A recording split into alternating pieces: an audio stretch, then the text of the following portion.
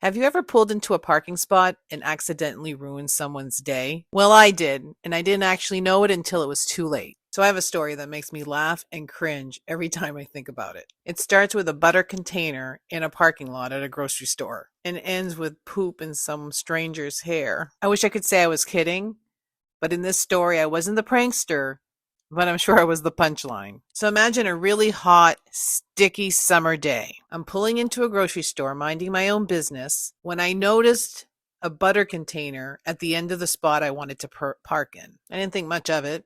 I had groceries to buy. I had to get in and out quick. So I zoom in and park in that spot, getting ready to jump out of my car to go in the grocery store. When I hear a lady next to me screaming, I mean, a full blown scream, like the world was ending scream. And I look over because she's on my other side, on my left, and she's covered with poop. Her whole car side is covered with poop. Her hair is covered with poop because her window was rolled down. I was like, what the heck just happened? And then it dawned on me, the butter container. It wasn't an empty butter container. It was full of poop.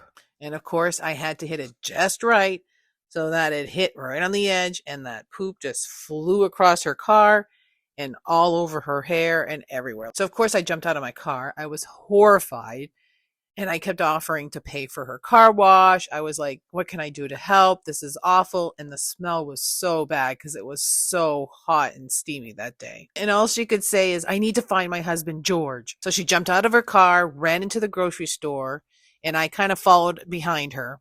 And as I was entering into the store, I could hear her screaming, George, George, where are you, George?